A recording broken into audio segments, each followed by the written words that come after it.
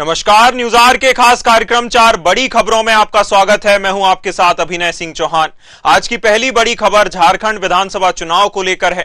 दूसरी बड़ी खबर रायपुर दक्षिण विधानसभा उपचुनाव को लेकर है। तीसरी बड़ी खबर मध्य प्रदेश की विजयपुर सीट पर उपचुनाव के मतदान को लेकर है और चौथी बड़ी खबर बुधनी उपचुनाव में हो रहे मतदान को लेकर है। तो चलिए शुरू करते हैं 4 बड़ी खबरें।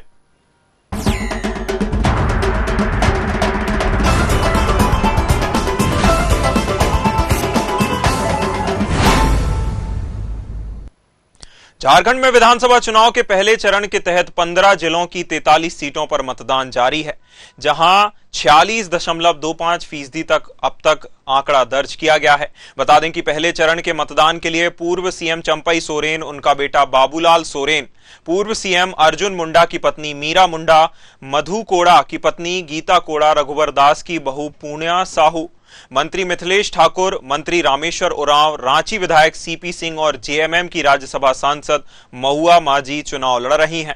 पहले चरण में नेताओं की साख दांव पर लगी हुई है। राज्य के मुख्यमंत्री हेमंत सोरेन ने पत्नी कल्पना सोरेन के साथ मतदान किया। इसके बाद उन्होंने अपने एक्स अकाउंट पर स्याही लगी उंगली दिखाते हुए लिखा कि विपक्ष की साजिशों का अंत होगा, जीतेगा झारखंड। वहीं राज्य की 81 विधानसभा सीटों में बाकी बची 38 सीटों पर 20 नवंबर को वोटिंग होगी।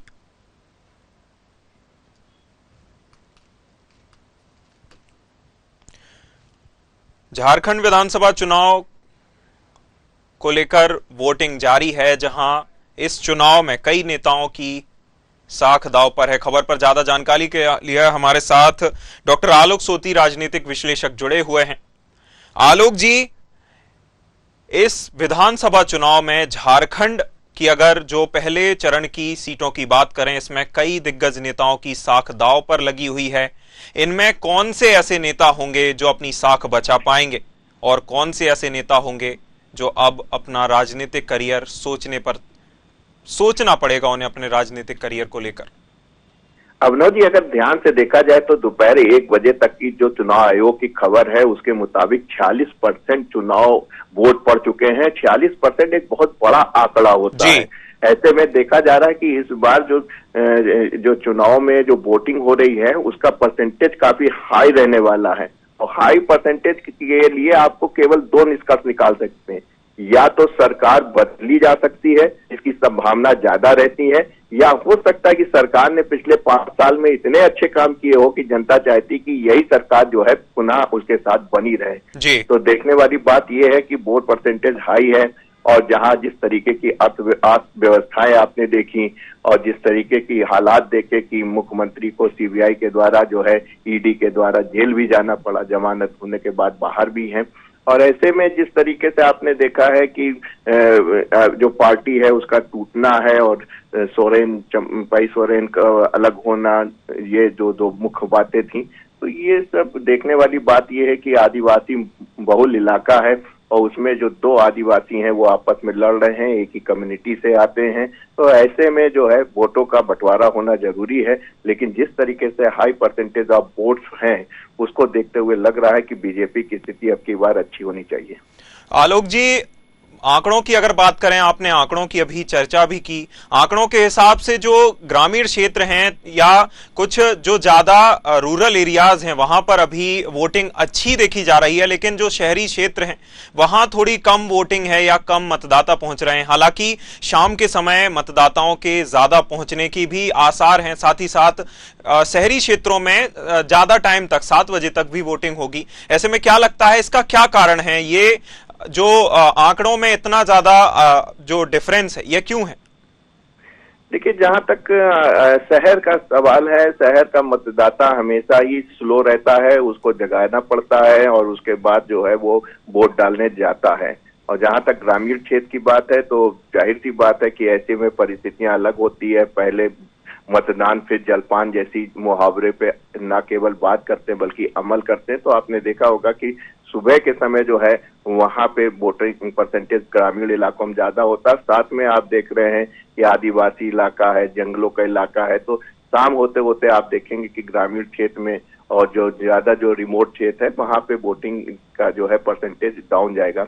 लेकिन जो मुख्य शहर है, रांची है, राजधानी है, यहाँ पे आप देखेंगे कि शाम के वक्त ज्यादा हो रहा है। लेकिन इस वोट परसेंटेज को देखते हुए या एग्जिट पोल को देखते हुए कुछ कह पाना मुश्किल है, क्योंकि हम फिर से अपनी बात को पुनः रिपीट करना चाहेंगे कि हाई वोटिंग परसेंटेज किस ओर ले जा रहा है, किस ओर दिशा दे रहा है, ये कह पाना मुश्किल है। क्या सरकार को फिर से बनाए रखना चाहती है वहां की जनता, या कोई परिवर्तन करना चाह रही है? आलोक जी, आपने अभी यह भी कहा कि 43 सीटों पर मतदान है, 81 सीटों में ज्यादा सीटों पर अभी मतदान हो रहा है। ऐसे में जो ज्यादा मतदान आपकी ओर से कहा जा रहा है, ज्यादा मतदान चुनाव आयोग की ओर से भी निकल कर आएगा, इसमें ज्यादा फायदा किसको मिल सकता है? देखिए, प्रथम चरण में जो जोश होता है वो काफी अच्छा होता है, और अगर प्रथम चरण के चुनाव में इतना वोटिंग परसेंटेज आ रहा है तो इसका मतलब है कि जनता वहां पे कुछ चाह रही है। क्या चाह रही है ये तो जनता ही बता पाएगी उसके दिलों में क्या है, लेकिन ये वोटिंग परसेंटेज है उससे साफ नजर आ रहा है कि जब भी कभी हाई वोटिंग परसेंटेज होता है तो जनता बदलाव चाहती है। हमको उम्मीद लग रहा है कि यहाँ कहीं बदलाव की बयार तो नहीं चल रही है, जिसकी वजह से आप देख रहे हैं, क्योंकि आपने कई समस्याएं देखी थी आदिवासी इलाकों में, आपने धर्म परिवर्तन की भी देखी थी, उनकी जमीनों का पे भी कब्जों की भी देखी थी। काफी लोग बाहरी लोग जो थे आदिवासी क्षेत्र में आ गए थे और जमीनों पे कब्जा करने लगे थे। तो इस बातों को जो है बीजेपी ने बड़ी प्रमुखता से उठाया था। हो सकता है कि उनकी ये बातें जो हैं जनता तक पहुंच गई हो और जनता ने जो है उस पर कुछ मोहर लगा दी हो। बीजेपी के आने के समय में ऐसा लग रहा है कि हो सकता है कि सरकार में कोई परिवर्तन आ जाए, इस वजह से जो है हाई वोल्टेज ड्रामा देखने को मिल रहा है। जी आलोक जी, आज शाम तक सभी जो जितने भी प्रत्याशी हैं सभी की किस्मत जो है ईवीएम में कैद हो जाएगी। हालांकि इसका नतीजे हमें 23 नवंबर को ही पता चलेंगे, उसी दिन पता चलेगा किसके नाम पर जनता ने मुहर लगाई है। बहुत शुक्रिया आलोक जी आपका जुड़ने के लिए, अहम जानकारी साझा करने के लिए।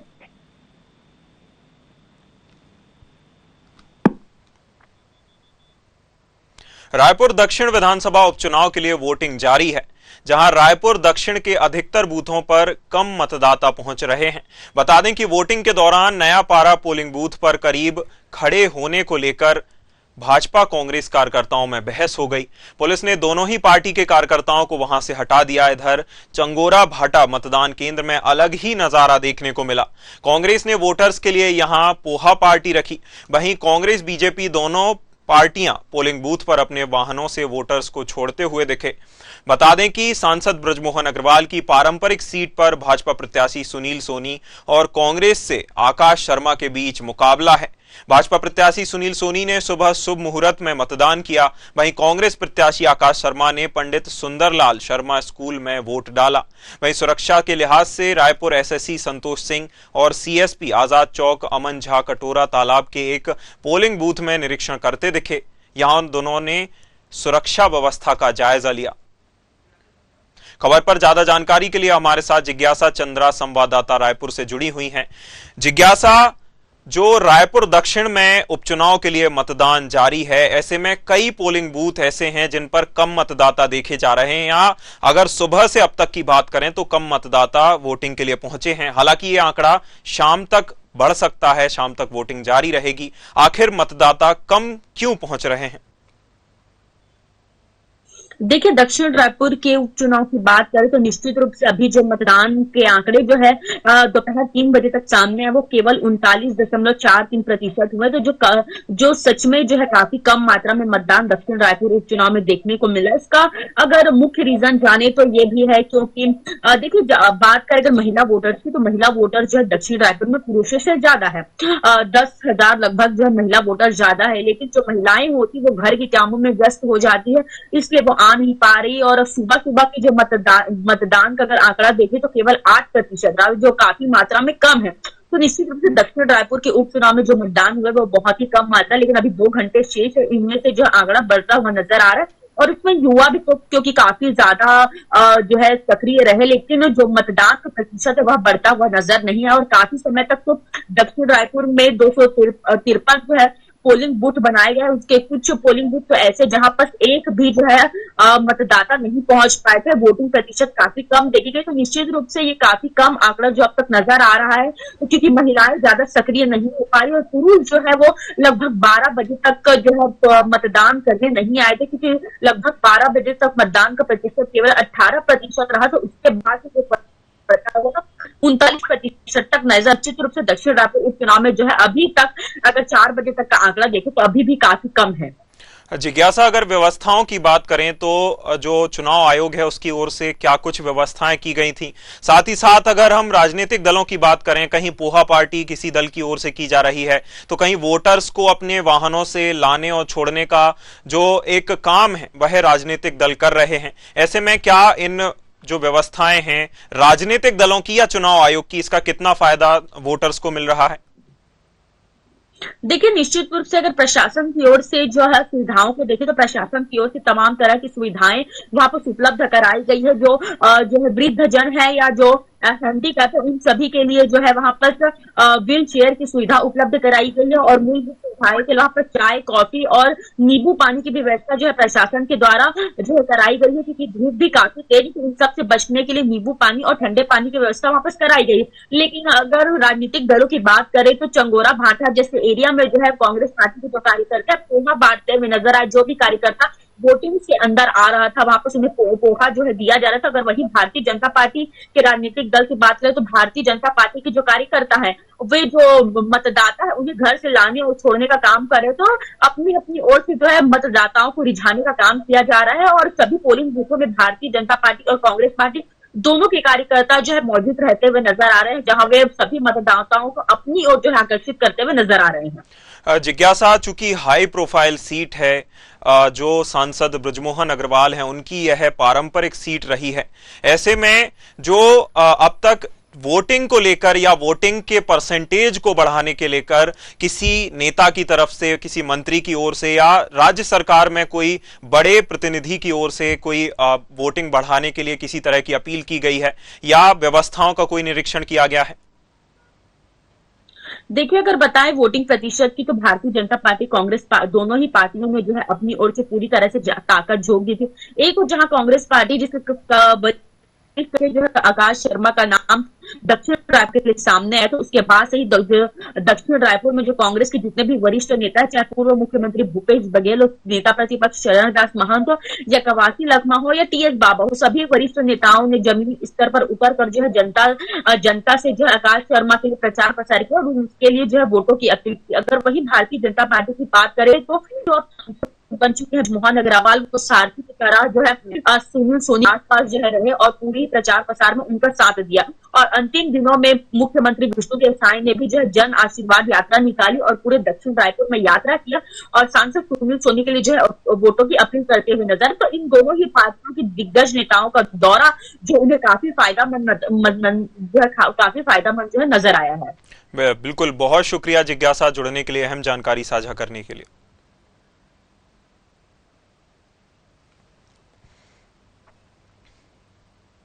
मध्य प्रदेश की 2 विधानसभा सीटों विजयपुर और बुधनी में उपचुनाव के लिए वोटिंग जारी है, जहां विजयपुर में वन मंत्री रामनिवास रावत का मुकाबला कांग्रेस के मुकेश मल्होत्रा से है। मतदान के बीच विजयपुर के तेलीपुरा पोलिंग बूथ के मतदाताओं ने वीरपुर थाने पर प्रदर्शन करते हुए शिवपुर मुरैना रोड पर चक्का जाम कर दिया। उनका आरोप है कि रावत समाज के लोग फर्जी मतदान कर रहे हैं, जबकि आदिवासियों को वोट डालने नहीं दिया जा रहा। जबकि अंधीपुरा गांव में मतदाताओं ने भाजपा कार्यकर्ताओं पर वोट नहीं डालने देने का आरोप लगाया। केसी गांव के लोगों ने मारपीट का आरोप लगाया है। इसके बाद कांग्रेस प्रतिनिधिमंडल घंटी बजाते हुए चुनाव आयोग के भोपाल दफ्तर पहुंचा। कांग्रेस नेताओं ने विजयपुर उपचुनाव में धांधली का आरोप लगाते हुए कहा कि आयोग सो रहा है। विजयपुर से कांग्रेस प्रत्याशी मुकेश मल्होत्रा की पत्नी ने कहा कि मुकेश को वोट डालने के लिए पहले पुलिस ने कस्टडी में ले लिया। हालांकि कराहल टीआई भारत सिंह ने बताया कि मुकेश मल्होत्रा को सुरक्षा की दृष्टि से साथ लिया गया है। उन्हें पुलिस की गाड़ी से ही मतदान केंद्रों का निरीक्षण कराएंगे। वहीं इस दौरान कांग्रेस अध्यक्ष जीतू पटवारी ने एक्स पर लिखा कि मध्य प्रदेश में लोकतंत्र आज अपनी आखिरी सांसें ले रहा है। चुनाव आयोग से आग्रह है कि तुरंत स्थिति का संज्ञान लें और मतदाताओं को उनके संवैधानिक अधिकार का प्रयोग करने का अवसर दें। खबर पर हमारे साथ ज्यादा जानकारी के लिए सत्यम शर्मा संवाददाता भोपाल से जुड़े हुए हैं। सत्यम, ये जो मध्य प्रदेश की 2 सीटों पर उपचुनाव हो रहा है, मतदान जारी है, अगर हम बात करें विजयपुर सीट की तो यहां पर कई तरह के आरोप निकलकर सामने आ रहे हैं और छिटपुट घटनाएं भी, इनकी भी सूचना निकलकर सामने आ रही है। क्या कुछ जो लेटेस्ट अपडेट क्या है विजयपुर सीट का? अभी देखिए, मध्य प्रदेश की 2 विधानसभा में उपचुनाव हो रहे हैं। ऐसे में बुधनी विधानसभा और विजयपुर विधानसभा में उपचुनाव लगातार जारी है। 66% का करीब का जो मतदान अब तक का हो चुका है। 3 बजे का ये आंकड़ा हम बता रहे हैं। लेकिन इस बीच चाहे बुधनी की बात करें चाहे विजयपुर की बात करें, दोनों ही जगह धार्मिक आरोप कांग्रेस और बीजेपी एक दूसरे पर लगा रहे हैं। सबसे पहले जो निर्वाचन आयोग है भोपाल का, वहां पर पहुंचे थे कांग्रेस प्रत्याशी, जो घंटी बजाते हुए पहुंचे थे और निर्वाचन आयोग से जगाने की कोशिश की थी कि किस तरह से विजयपुर में जो बीजेपी के कार्यकर्ता है, जो बीजेपी के बूथ के लेवल के कार्यकर्ता है, वो लगातार बूथ कैप्चरिंग के साथ साथ अन्य गतिविधियों में जहां चुनाव को प्रभाव करने वाली बातें कही जा रही थी। इसके साथ ही आदिवासी वोटरों को वोट न डालने की बड़ी बात तमाम कांग्रेसी नेता यहाँ पर आरोप लगाते हुए पहुंचे थे। भगवान दास समनानी जो प्रदेश के महामंत्री, वो भी निर्वाचन आयोग भोपाल पहुंचे थे, जहां पर उन्होंने कांग्रेसी कार्यकर्ताओं पर कई जगहों पर, चाहे बुधनी हो चाहे विजयपुर, तमाम जगहों पर वहां पर शिकायत दर्ज कराई है निर्वाचन आयोग में। और ये शिकायत इसलिए दर्ज कराई, उन्होंने कहा कि कहाँ बुर्का पहन के लोग आ रहे हैं, उसको भी चिकनी किया जा रहा है, उसमें पता नहीं है कि महिला ने वोट डाला है या नहीं डाला, उसमें बुर्के के अंदर आदमी है या कोई महिला है, किस तरह से है, इन सब बातों की भी जांच नहीं की जा रही है। उसको लेकर भी निर्वाचन आयोग में भगवान दास समनानी तमाम जगहों पर, चाहे राजकुमार पटेल के कार्यकर्ता उन पर शिकायत दर्ज कराने की बात कही। तो दोनों जगह से आरोप प्रत्यारोप और शिकायतों का दौर मध्य प्रदेश की राजधानी भोपाल में निर्वाचन आयोग में चल रहा है। वहीं विजयपुर की बात की जाए तो तेलीगांव की बात की जाए, वहां भी लगातार मारपीट की घटनाएं सामने आई है, हिंसक घटनाएं सामने आई है। आंदीपुरा की गांव की बात की जाए, वहां भी तमाम तरह की बातें निकलकर सामने आई है कि वहां भी बूथ कैप्चरिंग के साथ साथ शाहगंज में भी बुधनी के शाहगंज में भी बड़ी संख्या में लोग 55 मीटर के 100 मीटर के दायरे के अंदर पहुंच गए थे। उसकी बात निकलकर सामने आई है। प्रदेश अध्यक्ष बीडी शर्मा यहाँ से विजयपुर के लिए रवाना हुए थे, जिनको विजयपुर की जो बॉर्डर लाइन है वहां पर रोक दिया गया है। वहीं पर प्रदेश अध्यक्ष बीडी शर्मा बैठ गए हैं। उनका कहना है कि कांग्रेस कार्यकर्ता गुंडागर्दी पर उतारू हो गए हैं, उसको लेकर के वो वही बैठे रहेंगे। जो कांग्रेस के प्रदेश अध्यक्ष जीतू पटवारी भी लगातार श्योपुर पहुंचे थे, उनको भी वहीं पर रोक लिया गया है। जहां पर पुलिस ने उनको रोका है, वहीं पर वो बैठ करके लगातार अपना धरना प्रदर्शन या अपनी बातों को मनाने में लगे हुए हैं। इसके बाद देखिए, लगातार आरोप प्रत्यारोप के दौर दोनों जगह से रहे हैं। फिलहाल इस बीच जो दोनों ही कांग्रेस चाहे बीजेपी के प्रत्याशी हो, विजयपुर में दोनों ही प्रत्याशियों को नजरबंद कर दिया गया है। मुकेश मल्होत्रा की बात की जाए तो मुकेश मल्होत्रा को सुबह से पुलिस ने अपनी कस्टडी में लिया हुआ था और उनको 4-5 उनकी जो पत्नी ने बताया कि 4-5 गाड़ियां आई थी और उनको मुकेश मल्होत्रा को लेके गई। हालांकि सुरक्षा की दृष्टि से उनको नजरबंद किया गया है और वोटिंग के मतदान कराने के लिए उनको ले जाया गया था और फिर मतदान कराने के बाद वापस उनको सुरक्षा व्यवस्था के बीच रख दिया। इस बीच विजयपुर के जो बीजेपी प्रत्याशी है रामनिवास रावत, उनको भी नजरबंद किया गया है। हाउस अरेस्ट भैया गेस्ट हाउस में उनको नजरबंद किया है। सुरक्षा व्यवस्था को देखते हुए, सुरक्षा के मद्देनजर ये दोनों कदम उठाए गए हैं। उनको प्रत्याशियों को ऐसी जान का खतरा ऐसा माना जा रहा है। इसके बीच हालांकि ये ट्रेंड रहा है विजयपुर में कई वर्षों से कि यहाँ पर जब चुनाव होते हैं तो कहीं ना कहीं सुरक्षा के घेरे में लेके पुलिस और जो अरेस्ट होता है, जो प्रत्याशी होते हैं उनको नजरबंद किया जाता है, अपने जजों के सामने रखा जाए ताकि सुरक्षा उनकी की जा सके। इसके साथ साथ ही देखिए, विजयपुर में अब तक 67% के करीब मतदान हो चुका है। वहीं बुधनी की बात की जाए तो यहाँ पर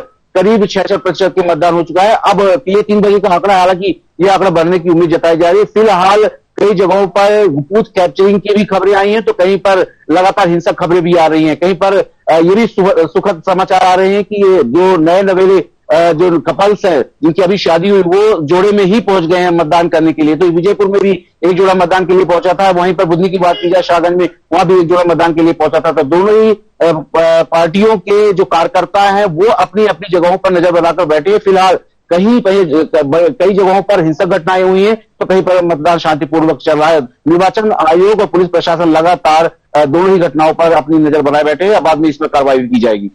सत्यम, जो अभी गोलीबारी की एक घटना सामने आई थी जहां यह आरोप लगे थे कि इस तरह की जो वोटिंग है, इस तरह की घटनाओं को अंजाम देकर या गोलीबारी कर लोगों को वोटिंग करने से रोका जा रहा है, वहां क्या स्थिति है? साथ ही साथ क्या कारण रहे कि दोनों ही पार्टियों के प्रदेश अध्यक्षों को विजयपुर सीट पर ही फोकस कर वहां अब निगरानी के लिए जाना पड़ा? देखिए, दोनों ही प्रदेश अध्यक्ष, चाहे बीजेपी के प्रदेश अध्यक्ष की बात की जाए तो वी.डी. शर्मा ने तमाम कांग्रेसी कार्यकर्ताओं पर गुंडिज्म, गुंडागर्दी और हिंसक घटनाओं को लेकर आरोप लगाए। उनका कहना है कि विजयपुर में लगातार गुंडिज्म या गुंडागर्दी की जा रही है, जिसके तहत जो मतदाता है बीजेपी के, उनको डाइवर्ट किया जा रहा है, आदिवासी मतदाताओं को डाइवर्ट किया जा रहा है या उनको मतदान नहीं करने दिया जा रहा है। सेम आरोप प्रदेश कांग्रेस के पीसीसी चीफ जीतू पटवारी ने लगाया। उन्होंने साफ तौर पर कहा है कि बीजेपी चुनाव को प्रभावित कर रही, कई जगहों पर बूथ कैप्चरिंग, कई जगहों पर हिंसक घटनाएं सामने आई हैं, जिसको लेकर के कई विचार वीडियो जो प्रदेश कांग्रेस की टीम है उन्होंने वीडियो भी रिलीज किए, जहां पर मतदाताओं को मतदान नहीं करने दिया जा रहा है। इसके साथ साथ ही तमाम जगहों पर शिकायत, जहां जहां शिकायत आ रही है, निर्वाचन आयोग वहां पर नजर बनाए बैठा है और जिस बात को गोलीकांड की बात की जा रही है वहां पर विशेष सुरक्षा बढ़ाई गई है। वहां के मतदाताओं से अपील भी की जा रही है, आप मतदान केंद्र पर पहुंचे, वहां पर लगातार सुरक्षा बढ़ाई गई है। आदिवासी वोटरों से भी लगातार की जा रही है। आदिवासी वोटर्स मुख्यतः यहाँ पर रहता है क्योंकि 65,000 के करीब जो जनसंख्या है वो आदिवासी वोटर्स की विजयपुर में, इसलिए विजयपुर दोनों ही पार्टियों की साख जुड़ी हुई है। बुधनी में माना जा रहा था बीजेपी का गढ़ है, ऐसे में विजयपुर कांग्रेस का गढ़ माना जा रही थी, लेकिन जिस तरह से रामनिवास रावत बीजेपी में शामिल हुए, वन मंत्री का पद मिला, उसके बाद ये माना जा रहा है कि बीजेपुर में कांग्रेस और बीजेपी के बीच कई टक्कर होगी। इसको लेकर दोनों की साथ बनी है, तो इसी वजह से प्रदेश अध्यक्ष, दोनों ही प्रदेश अध्यक्ष विजयपुर के लिए रुक कर चुके हैं और दोनों को निर्वाचन आयोग, पुलिस प्रशासन ने रोक दिया है। बिल्कुल, दोनों ही राजनीतिक दलों की साख दांव पर है और टक्कर कांटे की है। बहुत शुक्रिया सत्यम, जुड़ने के लिए, अहम जानकारी साझा करने के लिए।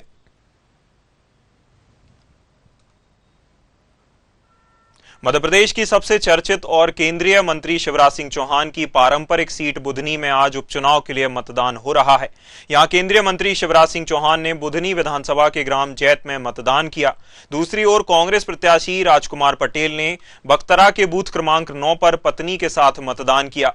बीजेपी प्रत्याशी रमाकांत भार्गव ने मंदिर में दर्शन करने के बाद मतदान केंद्र 54 पर वोट डाला। केंद्रीय मंत्री शिवराज सिंह चौहान ने एक्स पर लिखा कि बुधनी और विजयपुर की जनता का विश्वास भारतीय जनता पार्टी के साथ है। भारतीय जनता पार्टी दोनों ही सीटें भारी बहुमत से जीतेगी। गौरतलब है कि जिले में 367 मतदान केंद्रों पर 2.76 लाख मतदान लोग कर रहे हैं, जहां बुधनी विधानसभा क्षेत्र में 363 मतदान केंद्र बनाए गए हैं जिन पर मतदान जारी है। खबर पर ज्यादा जानकारी के लिए हमारे साथ चंदर सिंह बागवान सीहोर से जुड़े हुए हैं। चंदर, बुधनी काफी हाई प्रोफाइल सीट है, केंद्रीय मंत्री शिवराज सिंह चौहान की पारंपरिक सीट रही है। इस पर अब तक का क्या ट्रेंड देखा गया, किस तरह मतदान हो रहा है और मतदान प्रतिशत की अगर बात करें तो अब तक कितना बढ़ा है?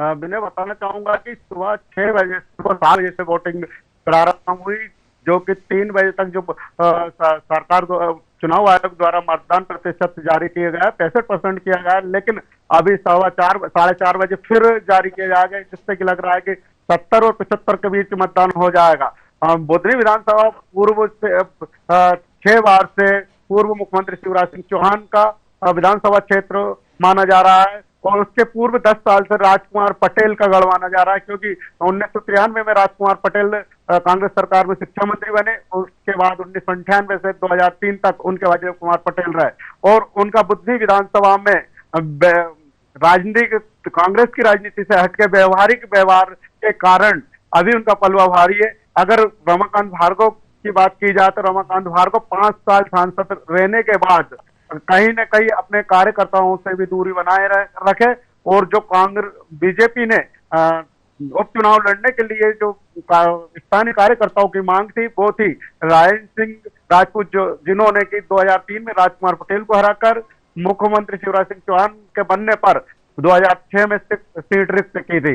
इसी को लेकर कहीं न कहीं राजपूत नाराज और राजपूत की करनी सेना ने एक अजय राजपूत को चुनाव मैदान में उतारा है, जो कि राजपूत समाज के बुधनी विधानसभा में जो 20,000 वोट है उनमें से 12 से 15,000 वोटों में सेंध लगाने की फिराक में है और लगाना पक्का है। चंदर, जिस प्रकार से इतनी हाई प्रोफाइल सीट है, कई बड़े नेताओं ने यहां अपने दौरे किए, साथ ही चुनावी सभाएं भी हुई। हालांकि एक तरफा चुनाव ये शुरुआत से मानकर चल रहे थे कि एक तरफा रहने वाला है। केंद्रीय मंत्री शिवराज सिंह चौहान के व्यवहारिक और राजनीतिक जिस तरह के संबंध उस क्षेत्र से रहे हैं, अगर हम इसमें जो वोटिंग परसेंटेज है उसकी बात करें तो सुबह से अब तक क्या कोई बदलाव देखने को मिला है? सुबह कम था या अब ज्यादा हो गया है? सुबह ज्यादा था या अब कम हो गया है? मैं बताना चाहूंगा कि सुबह से लगातार मतलब जो 10% 20% की जो बढ़ोतरी वही बराबर चल रही है, नहीं कि एकदम से 20 से 40 हो गया है। बिल्कुल स्लो चल रहा है, और जो कि 80 नहीं हो जाएगा, 65 से 75 तक ही हो पाएगा, क्योंकि अभी ये जो सीजन है वो किसानी सीजन है। अधिकतर किसान मजदूर अपने खेतों में सुबह जो फुर्सत से वो काम में वोट डालकर चले गए। और बात की जाए शिवराज सिंह चौहान की, तो शिवराज सिंह चौहान को जो वोट मिलता था बुधनी विधानसभा में, सिर्फ एक मुख्यमंत्री के हैसियत से मिलता था। माना कि उनका व्यवहार है, लेकिन जो कांग्रेस के प्रत्याशी है राजकुमार पटेल, उनका भी लगातार 4 बार मुख्यमंत्री शिवराज सिंह चौहान को रहने के बाद भी बुधनी की जनता से लगातार संपर्क बना रहा। इसलिए बुधनी की जनता बिल्कुल मौन है, और ना जाने किस तरह इस चुनाव पलटी खड़ा है और किस करवट वोट बैठे और किसके पक्ष में वोट डाल रही, इसका कोई अंदाजा नहीं लगा सकता। इसी का नतीजा हम देखने को मिल रहा है कि जो 363 पोलिंग बूथ है, जिसमें से 2-4 पोलिंग बूथों पर बूथ कैप्चरिंग जैसी घटनाएं और तोड़फोड़ की घटना भी सुनने को मिल रही है। कागंज के बूथ क्रमांक 54 में लगातार 2-3 दिन से घटनाएं घटती रही है, और आज भी कांग्रेसियों का कहना है कि हमारी गाड़ियां तोड़ी गई है। ठीक, बिल्कुल। आज जो है ईवीएम में दोनों ही प्रत्याशी भाजपा और कांग्रेस के सभी प्रत्याशियों की किस्मत कैद हो जाएगी। इसका नतीजा हमें 23 नवंबर को मिलेगा। उसी दिन पता चलेगा कि जनता ने किसके नाम पर मुहर लगाई है, किसे सत्ता की चाबी सौंपी है। बहुत शुक्रिया चंदर, जुड़ने के लिए, अहम जानकारी साझा करने के लिए।